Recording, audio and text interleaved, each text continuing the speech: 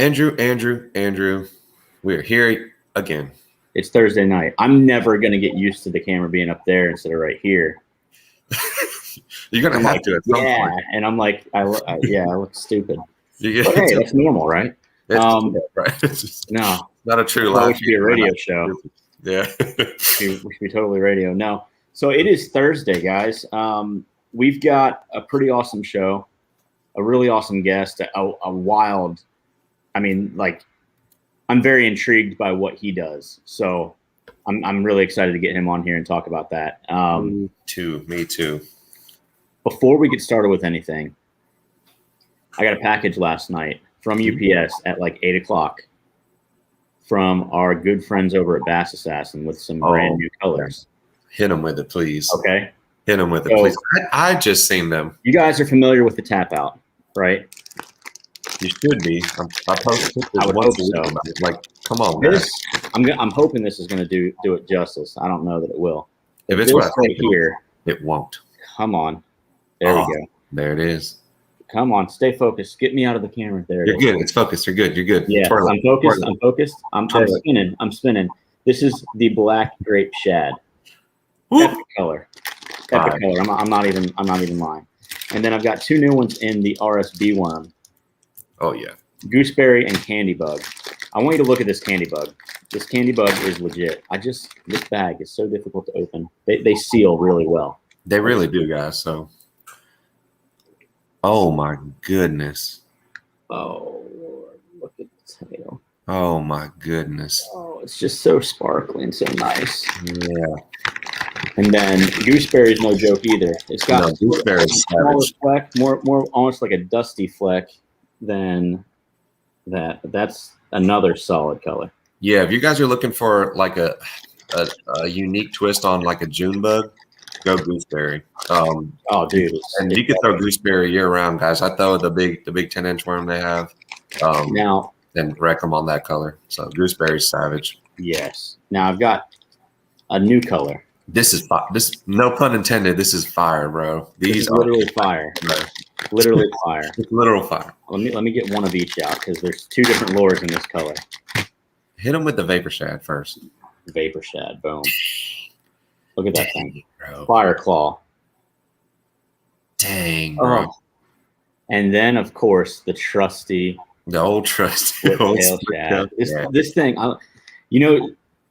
Z-Man just came out with a fire-colored chatterbait. Yeah. And this is going to be money on it. But I'm going to throw it on a white head. There's that elusive jackhammer that you can't find, from Evergreen. I found them all over the place. Yeah, but for how much? Like $50. Dude, for that red one?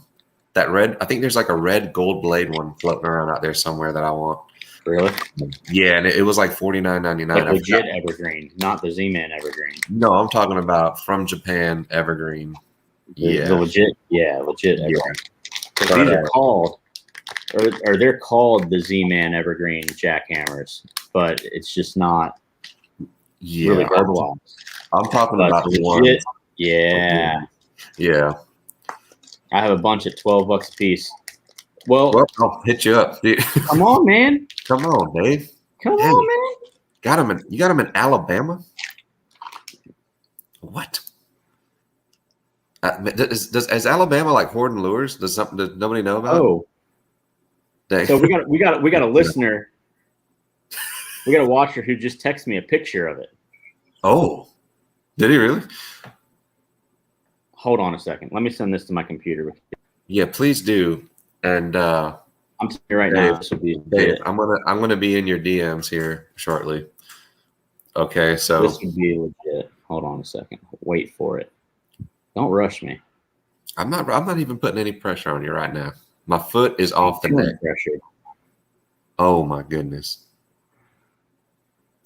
Money. Look at that thing.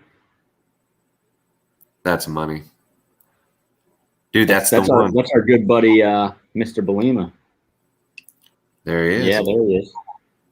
What's up, Dave? No, what's going on? That is going to look absolutely legit on those. I'm excited because if you know anything about me lately, the split tail shad has been my go-to. It's become your elite shiner. Like that to you is like the elite shiner to me. Like I put it throwing it on the back of that willow vibe. vibe. I've tried to throw it on a jackhammer. And don't get me wrong, I know it's money on a jackhammer, but I have been throwing it on the willow vibe, and it's much more subtle. It's more erratic and like. Is it real violent? It's like violent and subtle at the same time. No, it's like this, like super tight, super tight. But it's so fast. It's just violent. And so they either have to suck it in or let it pass, type of thing. Oh, and almost every I would say 90% of the fish I've caught on it. I've caught at least 30 bass in the last 2 weeks on it. Like no cap whatsoever.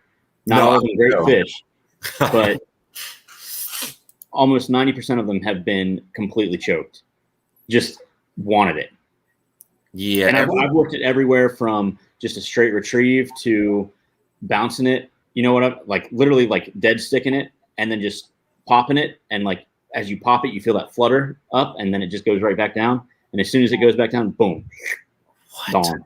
Yeah, dude. It's crazy. Are you putting any garlic on it? Are you putting any sauce on it? Nothing. Maybe you should try some sauce, man. Buddy, I might try get better. It might even get better for you, bro. I'm developing a graveyard over here. We've got Houdini, goodness. we've got the green pumpkin. I've been throwing the snowstorm and the snowstorm is sexy for sure. St. John's Special. Yeah, that's my color, bro. I love St. John's Special is money, dude. I love St. John's Special. Yeah. I'll even fish the St. John's. Well, I mean, it's your, and they've got so many great black and blue renditions, but I mean, it's your typical black and blue rendition. You know what I mean? Yeah. The good thing with the St. John's is it has that flake in it that gets that catches some light and refracts that. Right. But man, I want to get into our guest. Let's do it. I want to get into our guest. We have a quick little commercial from one of our sponsors here, Power Pole and the Watts brothers. So we're going to run that. Then we're going to be on with Captain Corey. Let me not butcher this. Nowakowski, Snakehead legend. Oh, he's given the nod of approval. That's right. I've been practicing Corey. He's in the back. We can see him. I've been practicing. I didn't want to mess it up. Did you ask him before this? No, I did not. I swear. We can confirm when we bring him on. You're but a legend, we're going to run this from Power Pole, and when we return, we'll be on with Captain Corey.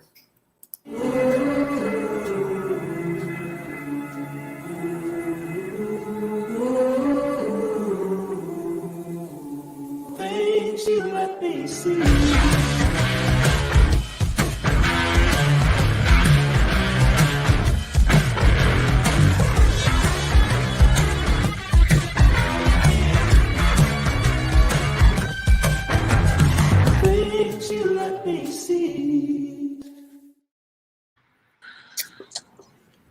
Mr. Corey, Captain Corey, how are you tonight? Doing well, guys. Doing real well. Glad to be on. Corey, please confirm that we did not speak before this episode to get the right pronunciation of your name. No. Okay, cool. There's been a lot to hack that thing. Boy, that was spot on. Good. Dude, people mess my name up, and I feel like you can sound mine out, but they still mess it up. Like, it's whatever. And Andrew is just normal. Andrew. Yeah. Andrew. You know how many people like is it like Andy? Is it Drew? And people call me Andy. I'm just like, dude, I'll throat punch you. I don't care if you're an 80-year-old lady. Don't call me Andy. Yeah. I'll tackle you in the streets, and we'll go down. Right? No, my great grandmother used to be like Andy, and then my grandmother on my mom's side, she's 100% Korean, right? And she's like, oh, Andy, and I can do that because I'm Korean. So don't blacklist me. Dude, the temperature is hot in the United States right now. Calm down, Andy. Calm down, Andy. So Corey, enough about my shenanigans. Thanks, Dave. Tell us about you. What do you do? And yeah, let's start there. What do you do? Tell us a little bit about yourself and how you got into fishing, man.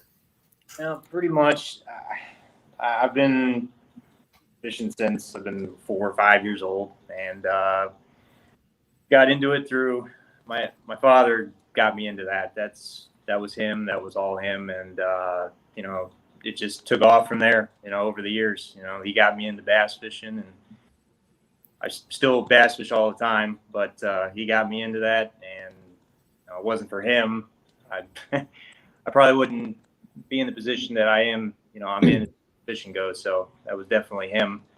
Nice. And it just took off from there. It's eventually trying different species, and and got into the snakeheads, and it's quite a ride. Absolutely. What was like your first snakehead experience? Like, when did you catch your first? Do you remember that first snakehead? Or Yeah, that was 2001. I was bass. Yeah, 2001. Dang. legend, bro. With a 10-inch worm, and caught this fish that I had no idea what it was. Like a bowfin, but I said, man, it's got a spot like an Oscar. Right. So took it to we took it to the local tackle shop, and they said, oh, it's a snakehead. I'm like, snakehead? The hell's a snakehead? Exactly.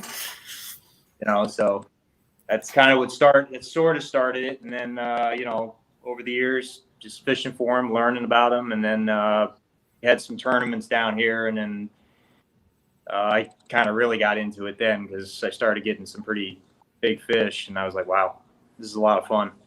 Okay. So yeah. So where exactly are you located, Corey? Are the snakehead in a different area than where you're actually living at? No, I'm in South Florida. I'm in west of Fort Lauderdale, Tamarack. Oh yeah. Okay. Epicenter. Yeah, man. Nice. Real quick, before we go too far, how can people find you?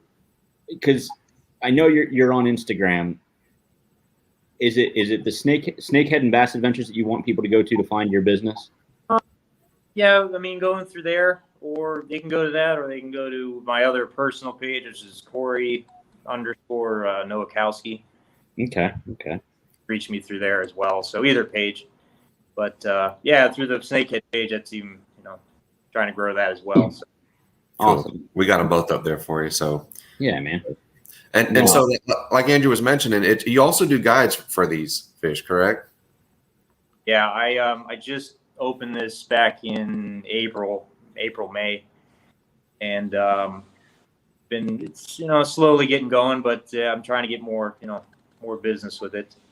But yeah, it's mostly snakeheads. I do largemouth bass, and I do clown knifefish as well. Nice. So. Very cool. Very cool. But snakehead, I mean, like I said, in my opinion, I was telling Andrew about you. I'm like, dude, you're like a legend in my book when it comes to the snakehead. So what does Corey look for when he's looking for a snaky looking spot? Shall I say? Like what are some spots you're looking for? Areas you're looking for and cover and stuff. What keys you off saying? Yeah. What keys you off saying there's going to be a snakehead there? Because those canals are crazy down there. Yeah.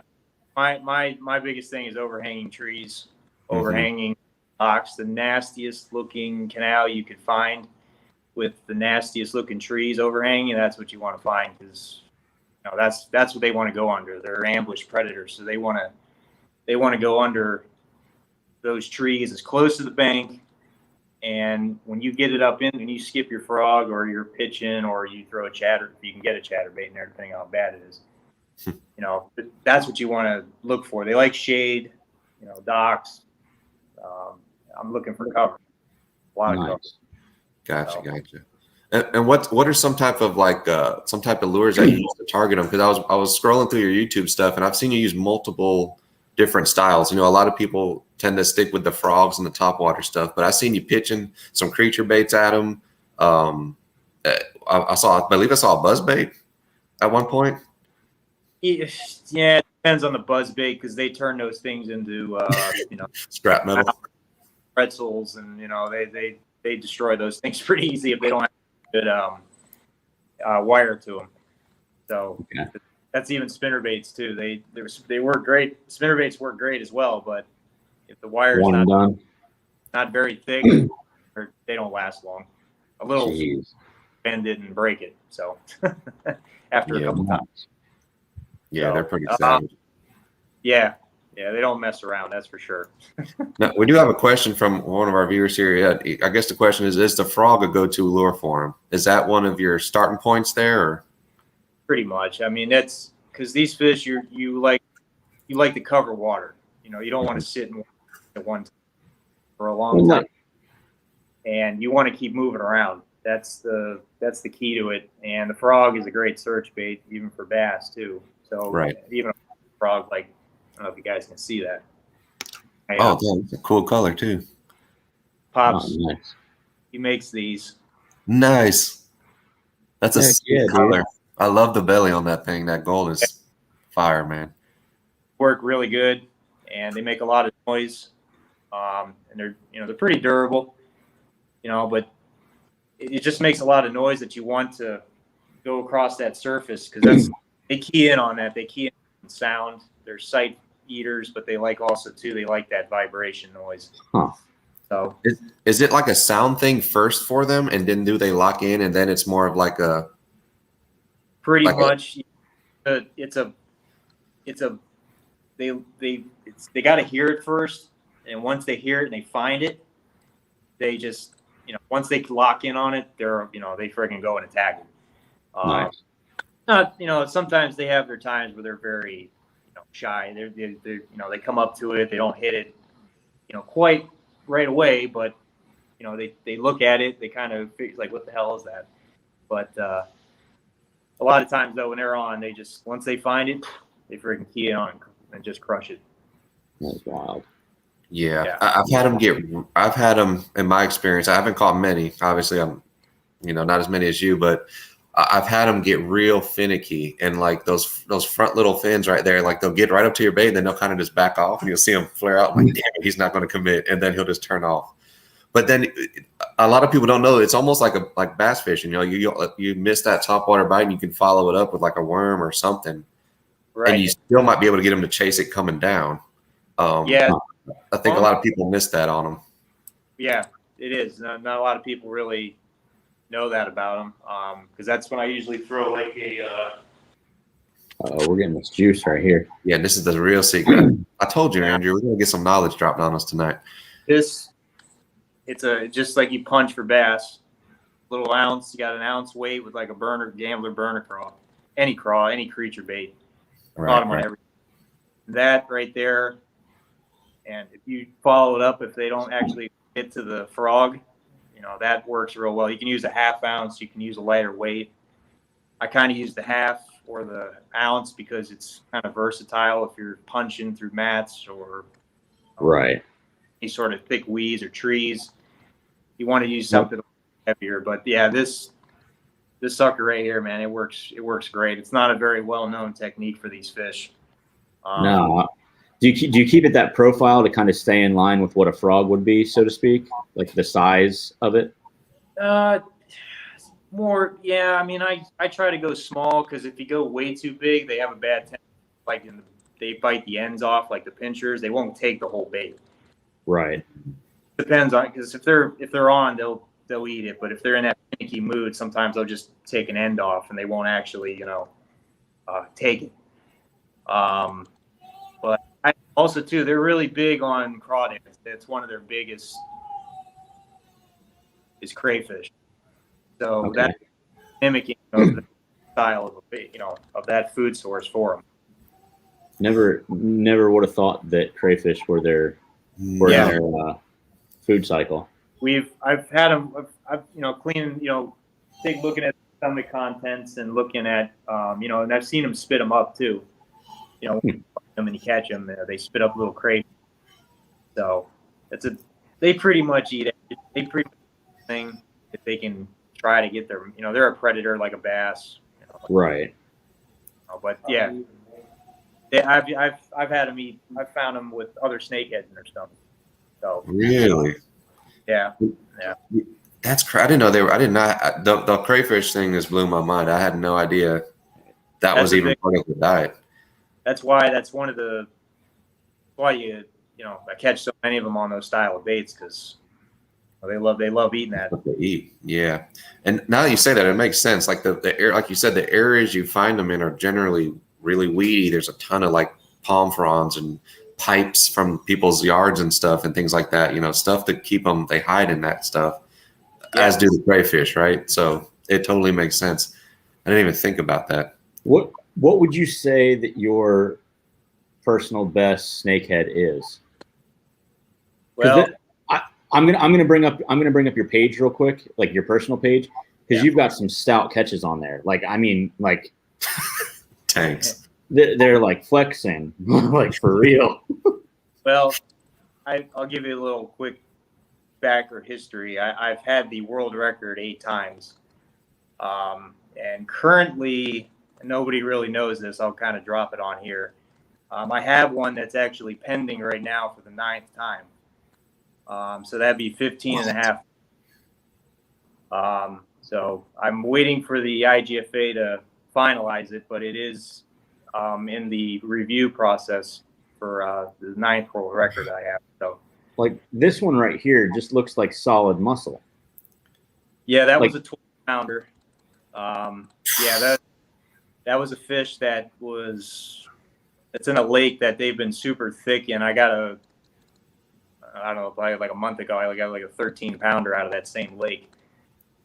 They just been thick. Look at the head. Yeah, that was 10 plus.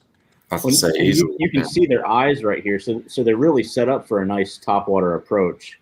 Yeah, they're definitely, they're looking up most of the time. That's why, after all these years, I would stop using topwater, but it's just something you always have to use. I mean, they'll hit anything. They'll hit, spooks. They'll hit torpedoes. But they're definitely topwater eaters. That's definitely their deal. Wow. Yeah, dude. I can just get lost on your page. Oh, no, stop right here. I was going to bring that up in this podcast, and now that we're here, let's get on it. So you've got the northern strain. Well, that was over in Malaysia. I was going to say that's not northern. Northern's brown, dude. That's the giant snake. Damn. Catch overseas. And I caught that. So I went on a trip over there, and that was 17 pounds. God. Yeah, that was a hell of a trip and a hell of a fish. That was well worth it. That's a gorgeous fish, man. The patterns on that thing are ridiculous. Yeah, that was Hunter. That is insane. Look how fat he is. Yeah, ours can be thick, but they're nothing compared to those. Those things are ridiculous how thick they get. I mean, they're like a tree trunk size. It's amazing how big those fish get in the girth. I mean, you can't even put your hand. They're so thick. And like the white on his under is what? Does that even do it justice? Is it like the purest white you've ever seen? Yes. Like, yeah, it's as white as the wall behind you. Damn. That is definitely how it changed. They have different colors for different situations. If they're not spawning, if they are spawning. Really? Yeah. But yeah, actually deep diving crankbait to be in all. What? A deep diving crankbait in Malaysia. That's insane. How did that trip come about? If you don't mind me asking, like who just randomly goes to Malaysia, or was this like a trip you've been working towards for a while? Well, yeah, in that sense, but I know 2 guys that are friends of mine. Scott Nelson, he runs all these trips, and then Corey Silas or Corey Slaying it. So we're friends, and Scott Nelson was going, and then we all decided to go, and we made a trip of it. So it was well worth it. I'm lucky that I did it, because I don't know if, with the situation in the world right now, I don't know if I'll ever be able to go back again. But but it was right. Good. Yeah, that's awesome. Dude, we'll have to figure something out, because I mean, me and Andrew's talked on it, from time to time about getting some stuff out of the country. Just doing some. I want a golden dorado. That's like one of my bucket list fish. Yeah. So I want to go down there, but like you said, the country right now, ain't no telling what's going to happen next year. What the heck? What happened to him? They got stunted somehow, huh? Yeah, I found them a few times. Get that freaking S shape to them. It's like they were like born that way. It's really weird. I've caught quite a few that in certain bodies of water, they just get that weird. They don't miss a beat though. I was gonna say, they're just swimming normal, like everything's cool with them, like. Yeah, he was actually that fish was swimming along the weed line. I threw the frog over, and he just grabbed it like a normal snakehead would. Yeah, yeah. There's another one. What the hell? Yeah. Yeah, he like looks fine. Like a birth effect, somewhat. You know, I guess I don't. Weird. I haven't really figured out why that actually happens, but I'm pretty sure it's probably when they get born. So something in the genes. Now that yellow that you see when they start doing, that's when they're spawning, right? Yeah, that's a spawning fish. Yeah, that was a client. Yeah, he got that 9-pounder. Damn. That was a. So I said, throw it over to that little fry ball, because you'll see it in the fry ball. You'll see the little, like a little bit of rain, like a little like area. It looks like it's raining, little spot, and they just come up for air, and they don't always hit. They're always. It depends on the body of water you fish, because some of them are ravenous. They'll hit it like no problem, and then other places you need dynamite to get them to hit. You know. Yeah. Hey, that's a head on this one. Good grief. I don't call them coconut heads for nothing. Good Lord. Yeah, the reason I came up with that name was because I seen one time, and it was only the head sticking out of a tree, you know, under the water, and I'm like, what the hell? Looks like a coconut with eyes on it. You know, fish is stick. It's kind of how I came up with it. So I'm like, what the hell? Dude, it's stuck. Like if they're big, it's a coconut head. That's just is what it is now. That is crazy, bro. Dude, you have some insane catches, man. That's freaking awesome. Yeah. So like, what type of tackle are you throwing? Obviously heavy stuff, right? Like. Yeah, pretty much. I'm throwing like extra heavy rods, casting rods, big. I use like a Daiwa Alexa 300. Yeah. Or like and then the line I'm using 65-pound, and then some 80-pound, just because you're looking for those really rough areas you got to fish. I mean, they'll off 5. Yeah. So what you're telling me is that I can't drop shot for him on. Well, to get them on that, if you try for that, you have to really be in some open water. But I don't know even about open water. Those things they start wrapping up, and they wrap up like a gator. The gator does the death roll. Oh yeah. These guys will do the same thing. They'll wrap up and they'll freaking pop you off. So okay. The other reason I use it too is because not a lot of people know this. They're very fragile fish. Everybody thinks they can live out of water for 8 days or days, and they really can't. It's like a normal fish. I've had them die after a little bit out of the water. They're just, you got to be real gentle with them, especially the bigger ones. So right. Lighter line, it usually puts a lot of stress on them, and I don't, like guys like to do that, but a lot of times that kills them, and I'm not into it. Yeah. I did past, I'm not into it more. So. Yeah. Right. No sense of killing them if you don't have to, man. That's the way I look. I pretty much catch and release everything, even gars. They get annoying, but I still let them go. Not their fault. It's another down here. I mean, I would catch a pile of bass in the same waters and everything else in the same waters. So it's nice. It is what it is. Yeah. Well, we got one more question. It's from Matt again. I guess he wants to know: is there any live bait that you can throw at them and they'll hit? The guys have. I never really have. I've never really had ever. I'm not really much of a live bait guy. Yeah. You can. They hit shiners. They hit pretty much anything. I probably hit right in front of them. Wiggler worms, I'm sure, but shiners they'll hit. They'll hit. Yeah. Well, hell, now I want to go catch me a slew of crawfish and go fish flipping for them. Yeah. But like you said, I do know. If they're there, they're going to show themselves for the most part, and if they're not, keep it moving. Like you said, don't hang around too long. Yeah, you keep moving, you keep casting, and sometimes it's 1,000 casts a day, or a million casts. Some days you get a lot, some days you get very little. So it just depends on the day and the conditions. So, man, is there better conditions than none? I've found. Again, it's all personal. When the water's up a little bit more than it normally is, and some type of overcast or maybe a storm are brewing, I get a better bite. Is that true for you, or? Yeah, that's my favorite time, especially after you get a good rain. Oh yeah. You know, Okay. brings everything out to the water, right up to the water line, and they feed like crazy, especially after a really. But those low pressure systems, you get storms coming through, or big like a tropical storm. Oh God, It's on. We were out a couple. I was out with Corey's slaying it a couple weeks ago, and we had 5 fish. We had 49 pounds. That's just 5 fish. So it was pretty crazy day. Listen, I got to get down there with the Corys, because I've been promising Corey I'd link up with him for so long. I just haven't had the time, man. It's like a 4-hour trip for me, and for Andrew it's like 6. Like so. No, Miami it's 4.5, dude. I hit 95 south, and I'm good. You just haul butt. Yeah. See, I got to snake through like Moorhaven, Clewiston, and you don't speed through them towns, bud. Trust me. Do not speed through those towns. They are waiting for some Highlands County people to come flying through there. But we've been through there a bunch of times, so plenty of time. I've been stopped through there a bunch of times as well. I just name drop like, yeah, Scott Martin told me that I can go a little faster through here. No. Whenever you guys want to come down, just let me know.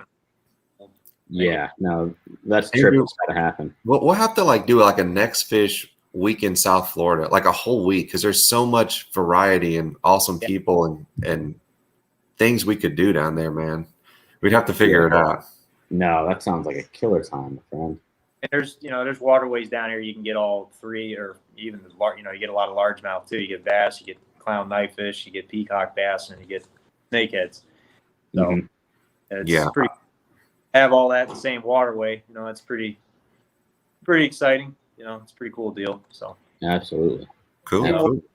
Help for you also too. Oh, there he is. Pops, what's up, man? The legendary frog maker. We're gonna cook some up for you, and we can also make some baits for you. There you go. I like that frog. An episode of Would Andrew Throw It is coming up. Yeah, and dude, you would definitely want to throw those frogs. The little frogs are live, bro. Big bass hit them things too, for sure. Yeah.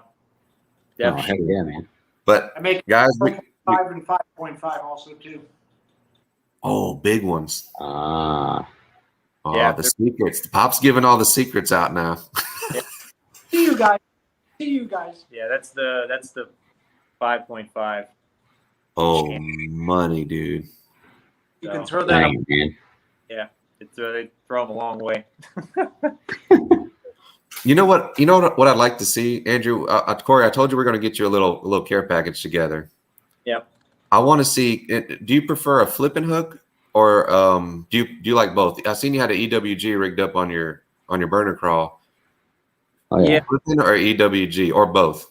Because we're partnered with Vector Hooks here, and they got some strong hooks, and we cannot break them. We're catching all kind of big fish, doing all kind of weird things, testing on these hooks. Very strong, very sharp hook. We'd like to get them in your hands and see if you could break them. Yeah, sure. No, and Corey, you're talking about going through heavy cover, right? So like, I don't have one right here, but I normally do.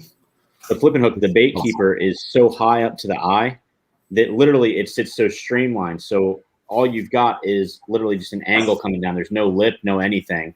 And they'll go, speed worm would go through everything. You throw it on a frog, I guarantee you ain't going to have any problems.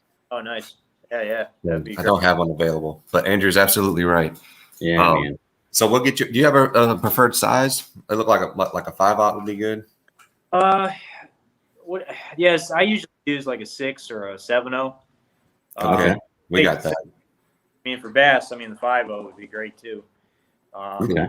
But yeah, the snakeheads, it's mostly 6 or 7. That's really cool. We can make that happen, and we'll get you some Bass Assassin stuff too, and see if you can get them tore up on some of our Bass Assassin stuff too. Yeah, man. No problem. Cool. Well, Corey, we appreciate your time, bud. We appreciate everything you're doing down there for the community and the fishery. Check them out, Corey Nowakowski. I said it right again. Yeah, no, you got it perfect. Oh yeah, 2 for 2, buddy. Dang it, man. I still ain't gonna try it. Give it a shot, Andrew. Come on. Nowakowski. That works. It's fine. I did it. Perfect. I did it. Sure. Okay, monkey's off the back. But Corey, Right. we appreciate your time, bud. Thank you so much for joining us tonight, and we'll be in touch and we'll get you that care package over. We want to see some of those sketches. You too, Pops. Take care, man. We'll send you some frogs. Yeah. There you go. Please do. Please do. We'll see if we can get Andrew to catch a bass over 5 pounds. Well, Like what's that? any certain color that you would like, I can make any color. What you thinking, Ooh. Andrew? Dude. I'm good with the classics. Can you do something like this, Pops? Uh-oh. Don't laugh at me, but I got this giant, huge frog, but like a black with like a yellow belly to that color, just all black with like a little yellow on this front right there. If I can get a good picture of that, I can make it. Okay. Send me a picture of it, and I'll Cool. give it to him. Cool, we'll do that. And Andrew, you got a color you're thinking of? No, I was thinking black. Like that would be perfect. Right, just all black with like a little maybe orange or yellow. But Yeah. we'll get it over to you guys. No worries, no rush. Heck yeah. Yeah, because But- I love colors. Cool. I really like that blue and gold. That was unique, Yeah. but I like it. And I'm a huge fan of golden shiner stuff. Ooh. That's the bad boy. I'm just going to show you. I'll tell you. I'll just send it to you. Please do. I want that. If you haven't, based on my That reaction, looks if you don't legit. know, I want that. That is, oh, dude, I already know where I'm going to throw it. They also get the Cincos too. Ooh. Golden Is it shiner, me, whatever or color. are there like diamonds in that thing? Like it's like glistening, like on the screen. It's like, Or before you go, just something just to let you know what's going on. oh my, with like a little glitter on, like a little glitter line. Oh my, Yep. goodness. Nice. Tail. Firetail that they don't make anymore. That's pretty legit. With the exclusives. Oh Oh. Not going to tell you about that. I'll just send you a couple. yeah. Don't stop, Pops. You're giving too many secrets out. You're giving too many secrets. Everybody's going to be poaching. But all right, guys. Well, look, we appreciate your time. Y'all have a great night. And we'll definitely be in touch, and we'll have you back on here soon to see how the fishing's been going down there. Okay. Appreciate Absolutely. Thanks, Corey. Take care, guys. Dude, did we get some knowledge dropped on us or what? Bro. All I'm saying, I feel like I'm prepared now. Like we can go down there and knock it out. And I don't know that I have a rod that can handle that. freaking Pops out of the blue, bro, with like the savage. Dude, did you see Corey's face? Corey's face was like, stop. He's like, stop, man. That's my favorite color, dude. Damn. Stop. I was like, yes. Dave knew what's up. Anything black. Give us something black. We'll probably catch a fish on it. That black and gold though, Dave, was fire, dude. That's fire. But Bass Assassin has a little something like that too. Dude, Do you have one? Do you have one? Somewhere. You Not should. readily Probably in available. the garage. But either way, dude, I feel like I'm just like prepared now. No, that's pretty I don't legit. think you do have a setup ready for that. I do. I mean, I've got a heavy. No, you'll need like an extra heavy. Like extra heavy, like 7.9. Then I'm gonna have to get a reel for it, all that stuff. Me too, Matt. Me too. No. Dude, I mean, I think you can get away with just your standard reel. It'll probably blow your bearings out. Oh, Andy knows a guy. Andy. Correction, I knew a guy because that guy might not make it through to tomorrow. No. Are you threatening Big Dave? No, he's like my biggest asset. Are you kidding me? I know. I'm dude. like, hey Dave, I need that color. Like 2 days later, a box shows up. Yeah, sometimes you don't even know if he's heard you or No, like acknowledged you. but and he then I'm does. like, He hey man, never- I bought a rod, and he's like, you did what? He's like, hang on, no, you didn't. And then he like fixes everything, and then surprises me with this custom NextFish rod. Like I was, clean. he's just an epic guy. All right. He's a good guy, and shout out to Dave. Shout out to Big Bill, man. Without him, I wouldn't be where I'm at in my career. Now these are making constant appearances, but You cannot put those down, can you? I'd be hard pressed to say that these wouldn't work down there. I think they would. I think they would. Should we let the Snakehead vote? I think we should let the snakehead vote. I mean, I'll just stop it right there. We're not going to get too political, but I think you know where I was going with that one. 100%. Yeah. No. And on that note, Tuesday, 1 o'clock, we will see you there. Yes. Peace, guys. Thanks for coming. Thank you.